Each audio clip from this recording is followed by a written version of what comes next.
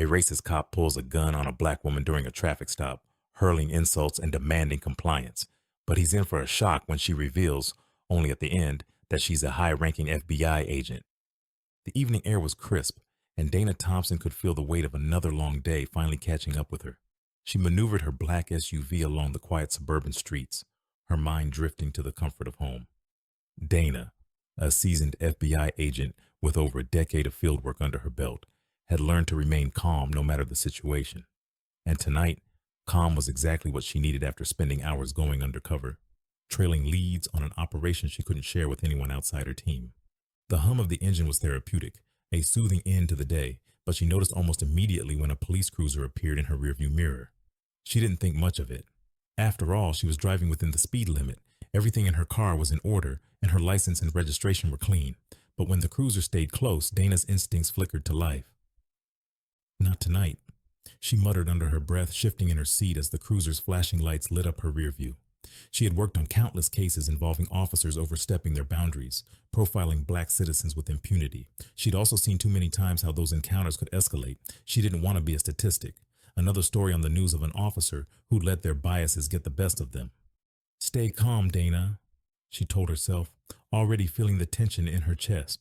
She pulled over to the side, turned off the ignition and placed her hands on the steering wheel, fingers spread in plain view. With a quick glance, she caught her reflection in the mirror, her expression composed but her eyes sharp. The officer, tall and stocky with a square jaw and buzz-cut hair, approached her car. His face was set in a permanent scowl. As he reached her window, Dana took in the name on his badge, Officer Rick Daniels. The name meant nothing to her yet, but the look in his eyes, the sneer and the dismissive curl of his lips spoke volumes. She rolled down the window just enough to hear him clearly. "License and registration," he barked, his tone icy and impatient. Dana's response was measured, polite. "Is there a reason you pulled me over, Officer Daniels?" He squinted at her, his eyes narrowing with thinly veiled irritation. "Did I stutter? License and registration?" he repeated, his voice sharp enough to slice through the quiet night. Dana held back a sigh, keeping her composure. She wasn't about to provoke him, but she also knew her rights. Calmly, she handed over her documents, keeping her gaze steady. "Is there a problem, officer?" she asked again, her voice firm but courteous.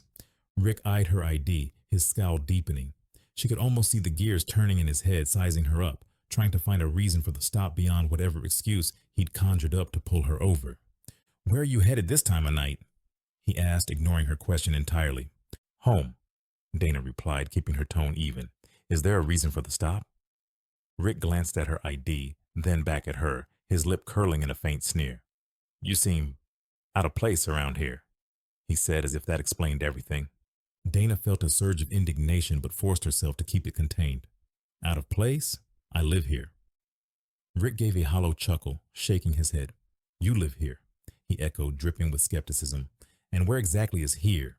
She raised an eyebrow, feeling her patience starting to wear thin. "Officer, I'm not required to disclose my personal address unless I'm being legally detained." Rick's eyes hardened. "You getting smart with me?" he asked, voice low and threatening. Without waiting for her answer, he took a step back, his hand hovering near his holster. "Get out of the car," he ordered. Dana clenched her jaw. She could see where this was heading, and it wasn't good.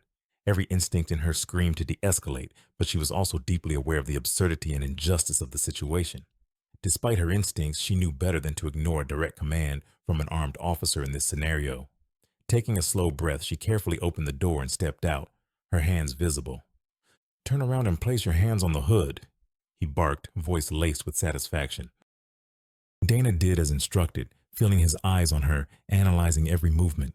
She felt the weight of the situation pressing down on her. How wrong this all was, how unnecessary. She wasn't carrying her firearm, as it was against protocol after an undercover assignment, but she had her FBI badge on her, tucked in her jacket pocket. She knew she could reveal her identity at any moment, but something in her told her to wait. She didn't want to expose her badge unless she absolutely had to. "What's in the car?" he demanded, circling her with an air of authority. "Drugs, weapons, stolen goods?" Dana couldn't hold back her response. "It's my vehicle, registered in my name. I don't carry drugs or stolen goods," she said firmly. Rick chuckled, and it wasn't a pleasant sound. "I've heard that before." He moved closer, his sneer growing. "You people always say the same thing, don't you?" The phrase hung in the air like an accusation, laced with disdain. Dana felt her hands tighten against the cold metal of the hood, but she forced herself to stay calm. She had dealt with prejudice before, but something about Rick's brazen hostility felt different. He wasn't even trying to hide it. "Is there something specific you're looking for, officer?" she asked, keeping her voice as controlled as possible. "You could say that," he replied, walking around her slowly, examining her car with an almost predatory interest. "I don't like when people think they can just come into neighborhoods like this and act like they own the place." Dana was acutely aware of the subtext. She'd worked in law enforcement long enough to know when someone's personal prejudices were bleeding into their professional conduct. He wasn't stopping her because he had probable cause. He was stopping her because he thought he could intimidate her, control her. "Neighborhoods like this?" she repeated, meeting his gaze directly. "Officer, I live 5 minutes away." Rick's face twisted with irritation. "I'll be the judge of that," he snapped. "Stay right here." Dana didn't move, her body tense as Rick made his way back to his cruiser. She watched as he ran her plates, no doubt hoping to find something, anything, to justify his actions. But she knew he wouldn't. She had no record, no warrants, nothing that would give him reason to escalate. And yet she also knew that people like him didn't need a reason. As Rick returned, his expression sour, Dana noticed the brief flicker of frustration in his eyes. It was clear he hadn't found anything. But instead of letting her go, he seemed determined to double down. "Why don't you go ahead and explain why you're here, really?" he asked, his tone mocking. Dana's patience finally wore thin. "I don't owe you an explanation, Officer Daniels. You've already run my ID and checked my plates. I suggest you either write a ticket or let me go." Rick's eyes narrowed, a dangerous glint flashing across his face.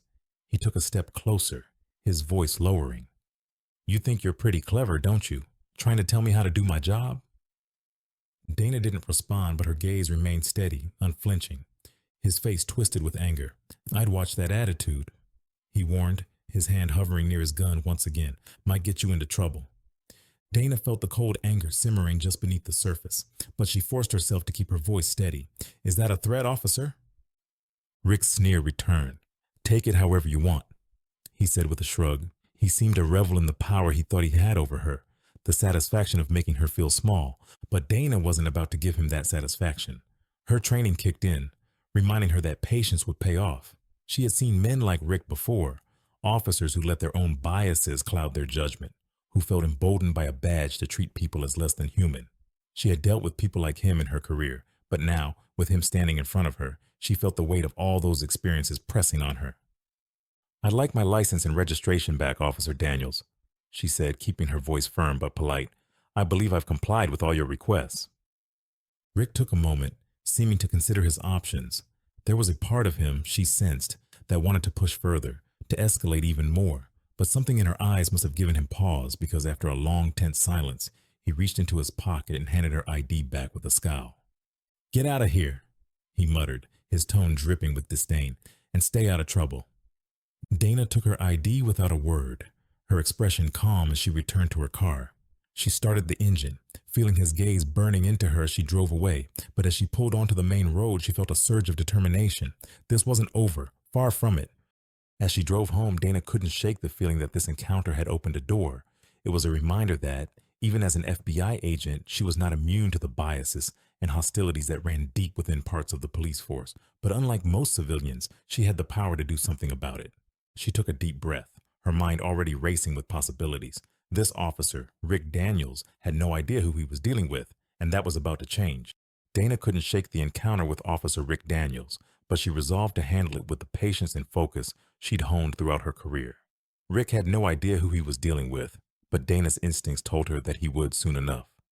The next day, she noticed his cruiser parked at the far corner of the parking lot near her apartment. At first, she thought it might have been a coincidence. Police officers patrolled neighborhoods after all. But a glance at her rearview mirror confirmed her suspicion. He was watching her, his eyes hard as he leaned back in his seat, almost daring her to acknowledge him. She decided to act like she hadn't noticed, proceeding with her day as usual. But that evening, the intimidation continued. Dana had gone out to pick up groceries, and there he was again, idling just a few rows down in the parking lot. She resisted the urge to confront him, understanding that he was baiting her. Instead, she documented every detail. She noted the time, his location, and even snapped a discreet photo of his cruiser parked in yet another inappropriate spot. She could feel the tension simmering beneath the surface, a reminder of the injustice she was enduring even as a federal agent. But she was determined to maintain her composure and gather evidence. Patience was a strength of hers, and Rick had no idea just how patient she could be. A few days later, the harassment escalated again. Dana was on her way to an early morning briefing, her mind on the day ahead, when she caught sight of Rick's cruiser tailing her. He followed her for miles, his headlights filling her rearview mirror like a predator stalking its prey. This time, though, he didn't just follow. He turned on his siren, the flashing red and blue lights painting the dawn with an unsettling hue. She sighed, pulling over to the side of the road, hands on the wheel. "All right, Rick," she muttered to herself. "Let's see what you're up to." Rick approached with the same swagger as before, a smirk twisting his face. His hand rested lazily on his belt as he approached, his posture exuding a practiced arrogance. "License and registration," he demanded curtly, as if they hadn't done this dance before. Dana looked at him, her patience wearing thin. "Officer Daniels, is there a reason you've pulled me over this time?" He sneered. "I don't think I need to explain myself to you." Dana fought back the urge to roll her eyes.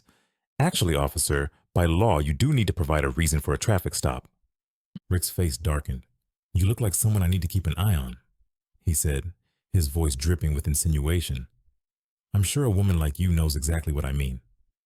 She didn't rise to the bait. Instead, she handed over her documents calmly, her gaze unflinching. He flipped through them, clearly irritated that everything was in order. You know, this car matches the description of a vehicle seen in a recent break-in," he said, his eyes gleaming with the thrill of his manufactured accusation. Dana held back a sigh. "Is that so?" she replied, her tone deliberately neutral. "Well, you're welcome to check it, officer." Rick seemed momentarily taken aback by her calm response, but he quickly covered it with another sneer. "I will," he said, circling the car, peering through the windows as if he'd find something incriminating by sheer force of will. She watched him with a detached composure, mentally taking notes on his behavior. As he completed his unnecessary inspection, he walked back to her window, tapping the roof of her car with a smug grin. "Careful, Miss Thompson. I'll be watching you," he said, his tone almost mocking. Dana nodded politely. "Thank you for the warning, officer," she replied, meeting his gaze head on. As the days went on, Rick's harassment continued to escalate. No matter where she went, his cruiser would inevitably appear, lurking in the background or blatantly tailing her as she went about her day. His tactics became increasingly invasive. He'd follow her into parking lots, pull up beside her at red lights, and even park outside her apartment complex. He was careful enough to maintain plausible deniability, never crossing any obvious legal boundaries, but his message was clear. He was watching her, and he wanted her to know it. Dana's patience began to wear thin. She knew that she could report him. Her connections within law enforcement would ensure that her complaint wouldn't be swept under the rug. But she also knew that Rick's behavior was a symptom of a larger problem, a mentality that couldn't be addressed by simply removing one bad cop from the force. So she held back, determined to handle the situation herself. In the meantime, she gathered more evidence. Every time Rick harassed her, she documented it. She kept a meticulous record of each encounter, compiling timestamps, locations, and descriptions of his behavior. Her fellow agents began to notice her frustration, especially during downtime in the office. One of her colleagues, Mark, had caught her muttering under her breath about Officer Daniels and the persistent bigoted tail she couldn't seem to shake. "You know you could report him, right?" Mark suggested one afternoon, his tone concerned. "I know," Dana replied, sighing, "but I don't think a complaint will be enough. I want to make sure that this ends in a way he'll remember." Mark raised an eyebrow. "Well, if anyone can handle this kind of thing, it's you. Just be careful. Guys like that can be unpredictable." Dana nodded, appreciating his concern. But she was already resolved. This wasn't the first time she dealt with prejudice, and it likely wouldn't be the last. The difference was, this time she had the tools and the patience to turn the tables. The final straw came one Saturday afternoon when Dana decided to grab lunch at a small cafe in town. She was just starting to relax, sipping her coffee and flipping through a book, when she noticed Rick's reflection in the window. He was standing outside, leaning against his cruiser, watching her with that same condescending smirk. She took a slow breath, her frustration mounting. But before she could respond, Rick pushed open the door to the cafe, stepping inside with an air of authority. He walked over to her table, ignoring the stares of the other patrons, and crossed his arms over his chest. "Didn't expect to see you here," he said. his voice carrying an edge of hostility. Dana looked up, her gaze calm but unwavering. I didn't realize my dining choices were any of your concern, officer. Rick smirked.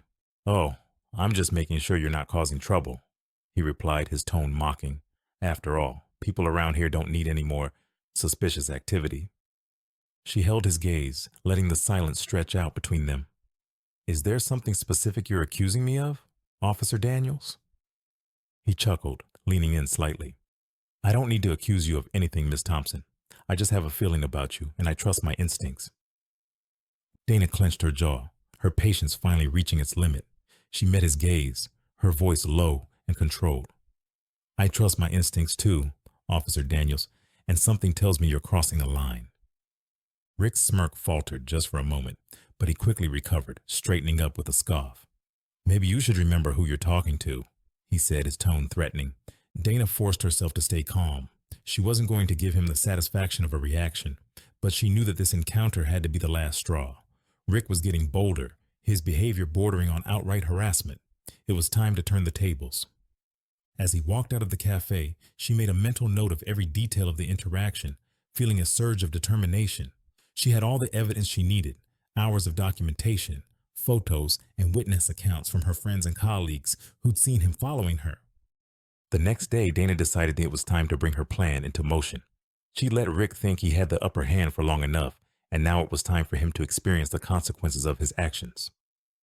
As she drove home that evening, she noticed Rick's cruiser once again following her, his headlights glaring in her rearview mirror. She could practically feel the smugness radiating from him, the satisfaction of his perceived control. But Dana had a plan, and it was already in motion. When she arrived at her apartment complex, she parked in her usual spot and stepped out of the car, acting as if she hadn't noticed him. She knew he was watching, waiting for her to react, but she refused to give him that satisfaction. Instead, she calmly walked to her door, unlocking it and stepping inside without a backward glance. She knew that Rick would be watching, and she wanted him to think that he had won, that his intimidation tactics had succeeded. But as she closed the door behind her, a small smile played at the corners of her mouth. Inside, she took out her phone and reviewed the files she'd compiled. Every encounter, every documented instance of harassment, every bit of evidence she needed was neatly organized, waiting for the right moment. And now, with Rick's brazen behavior in full view of the public, she had all the ammunition she needed. The next morning, she woke up early, feeling a renewed sense of purpose. Today was the day she would take action, the day she would turn the tables on Officer Rick Daniels and finally make him understand exactly who he was dealing with.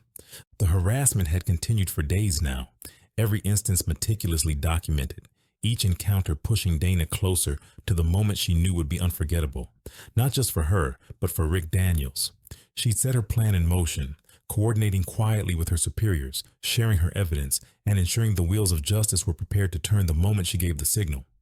Rick had no idea what was about to hit him. That evening, just as she anticipated, Rick's cruiser appeared once again in her rearview mirror. This time, Dana drove with calm precision, guiding him down a quiet, empty street where she knew they'd have the space and the witnesses to bring this to a head. After a few blocks, Rick's lights flashed red and blue behind her. She pulled over, her heart pounding with a mix of adrenaline and anticipation. Rick swaggered up to her window, his expression smug as ever. "License and registration," he demanded, though there was a gleam in his eyes that said he expected nothing short of total submission. Dana took her time, looking up at him without a trace of the fear or annoyance he might have been hoping for. Her calm demeanor seemed to agitate him. "Is there a problem, Officer Daniels?" she asked, her voice steady and cool. Rick sneered, leaning down to her window. "Yeah, the problem is you. You seem to think you're above the law, roaming around this town like you own the place." "Above the law?" Dana echoed, raising an eyebrow. "That's right," he said with a dark chuckle. "I know exactly what type of person you are, thinking you're untouchable, but let me tell you something, Miss Thompson. People like me, real law enforcement, we don't take kindly to people who think they can just do whatever they want." Dana could barely contain her satisfaction as she reached into her jacket. She pulled out her FBI badge, flashing it with a firm and unyielding gaze. "People like me?" she repeated, a small smile playing on her lips. "Let me set something straight, Rick. I'm with the FBI. Congratulations. You've been profiling a federal agent this entire time." The color drained from Rick's face as he took in the badge. His hand, previously resting so smugly on his belt, slipped away, his posture visibly shrinking. He opened his mouth, but no words came out. the arrogance melting into disbelief. This has to be some kind of joke, he stammered, taking a step back as if he could distance himself from the reality he was facing. There's no way. Oh, it's very real, Dana replied, her voice cold and commanding. For the past several days, you've harassed, profiled, and intimidated a federal agent. You've pulled me over without cause, followed me, and tried to paint me as a criminal, but today you're the one answering for it. Rick's eyes darted around, desperation setting in. Look, Miss Agent Thompson, he stammered, tripping over his words. I didn't know. I was just doing my job. Your job? Dana said, narrowing her eyes. Tell me, Rick, is it standard police protocol to harass civilians based on instinct? Or is that something reserved only for black women driving decent cars? Rick looked as if he'd been slapped, but Dana didn't let up. She reached for her phone, pressing a single button to notify her team that the plan was in motion. Within minutes, 2 unmarked black SUVs appeared, agents spilling out and surrounding the area to observe the final confrontation. It was then that the chief of Rick's department pulled up in his patrol car, his expression darkening as he took in the scene and the grave look Dana gave him. Chief Walker, Dana said, greeting him with a calm nod. I'm glad you could join us. The chief looked from Dana to Rick, his face registering the full weight of what he was witnessing. He sighed, his expression hardening as he turned to Rick. Officer Daniels, what is going on here? Rick struggled to find an answer, his gaze darting between his chief and Dana, sweat beading on his forehead. Chief, I was just following up on some suspicious behavior. Suspicious behavior? Dana interrupted, holding up her phone. Care to explain the multiple instances of you following me without probable cause, making accusations and attempting to intimidate me over the past several days? Every single one of these encounters is documented, Chief. I have records, timestamps, and photos. This is nothing short of targeted harassment, abuse of power, and racial profiling. Chief Walker's face hardened further. Is this true, Daniels? He asked, his tone icy. Rick's mouth opened and closed as he scrambled for an excuse, his bravado completely shattered. I thought I was just doing my duty. Your duty? The chief's voice was low and furious. Your duty is to protect and serve this community, not to target individuals based on your prejudices. The agents around them stood firm, watching the scene unfold as Dana's colleagues confirmed her evidence, sharing video footage and recordings that clearly documented Rick's pattern of behavior. Chief, as you can see, Dana said, addressing Walker, Officer Daniels has repeatedly used his position to harass a federal agent, and I have every intention of pursuing charges for his actions. His actions are a serious breach of law enforcement ethics and a violation of both federal and state laws. The chief's shoulders slumped slightly. Agent Thompson, I'm deeply sorry that one of our officers treated you this way. You have my word that this will be dealt with. He turned back to Rick, his expression unyielding. Officer Daniels, you are officially suspended, effective immediately. You are to turn in your badge and firearm and await further investigation. There will be a formal inquiry, and rest assured, every incident Agent Thompson documented will be reviewed. Rick's face turned red, his indignation flaring as he realized the finality of his fate. Chief, please, there has to be another way. No, there's not, the chief replied firmly. I will not allow any officer in my department to disgrace the badge with such blatant abuse of authority. Hand it over now. With a shaking hand, Rick reluctantly removed his badge and firearm, passing them to his chief with a look of betrayal, as if he hadn't brought this upon himself. Dana stepped forward, her gaze steely. You had every opportunity to treat me with respect, to treat me like any other citizen, but instead you chose to harass me, and in doing so, you proved you don't deserve to wear that badge. Rick glared at her, his face a mask of anger and disbelief, but he was powerless. Surrounded by federal agents, his chief, and his now former badge in his hand, he knew that he had lost. His power was gone, his authority stripped, and his future in law enforcement permanently destroyed. The following weeks brought about a whirlwind of consequences. Rick's case went to trial, and Dana, alongside several other witnesses, testified about the relentless harassment she endured. Her powerful testimony exposed not only Rick's behavior, but also highlighted the broader issues of bias and misconduct within the police force. The courtroom was silent as she recounted every instance of abuse, her calm, measured words painting a damning portrait of Rick Daniels and the toxic power he wielded. The verdict was swift. Rick was found guilty of abuse of power, harassment, and misconduct, leading to his permanent dismissal from the police force. His record was tarnished, and any hope he might have had of working in law enforcement again was destroyed. Dana's actions didn't stop there. Her case inspired her superiors to push for systemic reforms within the local police department, sparking discussions on improving training, oversight, and community engagement. She worked closely with Chief Walker, who, despite the embarrassment Rick had caused, was determined to make things right. Together, they developed new protocols to prevent such abuses from happening again, including mandatory anti-bias training and stricter accountability measures. Dana's story quickly spread through the community, and she became a symbol of resilience and justice. People recognized her on the street, thanking her for standing up to Rick and for using her position to bring about meaningful change. Her courage inspired others who had experienced similar treatment to come forward, adding momentum to the push for reform. As she walked through town one evening, a young black girl approached her with a shy smile. "Are you Agent Thompson?" she asked, her eyes wide with admiration. Dana smiled, nodding. "Yes, that's me." The girl beamed. "Thank you for what you did. My mom told me about it, and she says you're a hero." Dana crouched down, meeting the girl's gaze with a warm smile. "Thank you. Remember, you don't have to be an agent to stand up for what's right. Anyone can be brave." As the girl's mother called her over, Dana straightened, feeling a profound sense of fulfillment. She had done more than just protect herself. She had struck a blow against injustice, one that would ripple through the community for years to come. And as for Rick, he'd be remembered too, but only as a reminder of the price of prejudice, a cautionary tale for those who misuse the power entrusted to them. Dana had won her fight, and in doing so, she had ensured that her victory would serve others long after her.